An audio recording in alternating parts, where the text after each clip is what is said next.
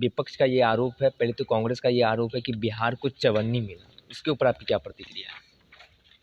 देखिए, केंद्रीय बजट जो पेश हुआ जिसमें रेल बजट भी सन्निहित है,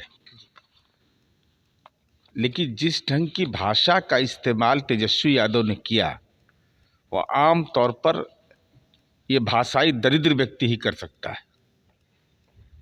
भाई, विश्लेषण के आधार पर टिप्पणी करनी चाहिए, लेकिन जिस भाषा का बजट के बारे में बोला और कांग्रेस पार्टी भाई साफ करे ना, क्या बिहार प्रदेश कांग्रेस जयराम रमेश को नेता मानती है कि नहीं? मनीष तिवारी को नेता मानते हैं कि नहीं? मति भ्रम के शिकार हो गए ये लोग। मनीष तिवारी कह रहे हैं ये बिहार का बजट है। वित्त मंत्री ने अपने बैसाखी को मजबूत करने के लिए देश के विकास को ताक पर रख दिया। कांग्रेस के एमपी हैं जी। जयराम रमेश कहते हैं कि बिहार के इस बजट में बोनांजा, एनडीए के स्तंभ, आंध्र प्रदेश को नजरअंदाज कर दिया गया।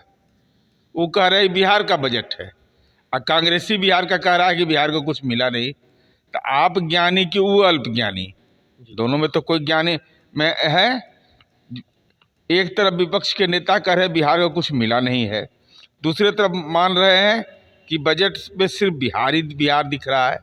ये हमको समझ में नहीं आता है। इन लोग को चला जाना चाहिए मानसिक आरोग्यशाला, और वहाँ जांच पड़ताल ठीक से कराना चाहिए, साइकेट्रिक से इलाज कराना चाहिए।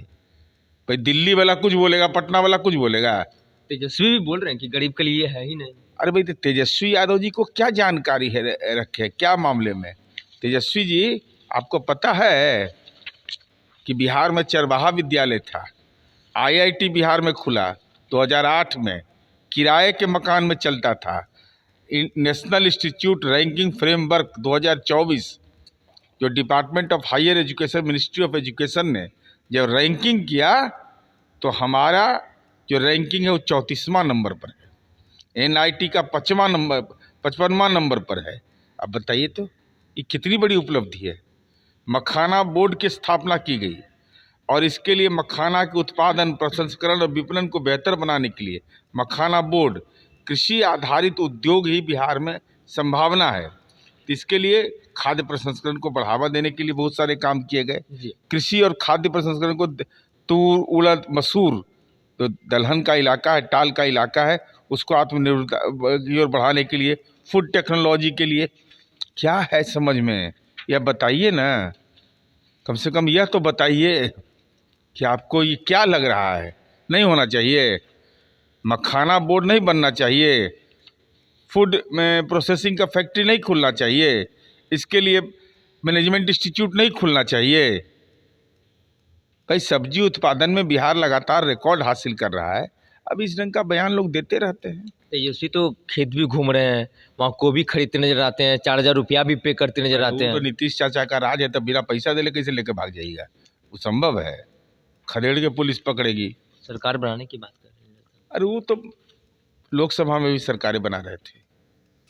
अरे घर वाला ना सभा में ठीक करें, पहले घर का सभा गड़बड़ा है इनका। कौन है लालू जी को नजरबंद कर दिया है, यह बताइए ना जी।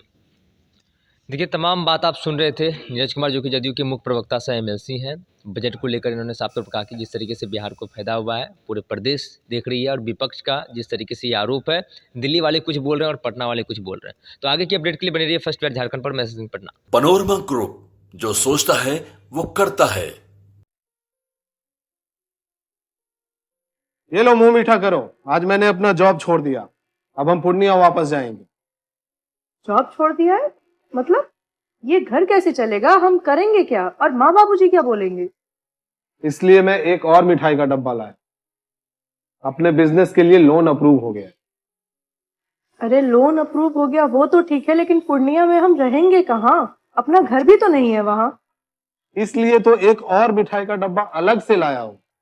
हमने पूर्णिया में घर ले लिया है, पूर्णिया के ई होम्स पैनोरमा में। पूर्णिया में पैनोरमा ग्रुप लेकर आए हैं ई होम्स पैनोरमा। बड़ा घर, आलीशान जिंदगी और अत्याधुनिक सुविधाओं के संग। अरे अरे, अब क्यों मुंह मीठा करवा रही हो? क्योंकि हम घर वापसी जो कर रहे हैं। घर वापसी की खुशी पूर्णिया में ई होम्स पैनोरमा के संग। ई homes panorama, Luxurious, lifestyle redefined.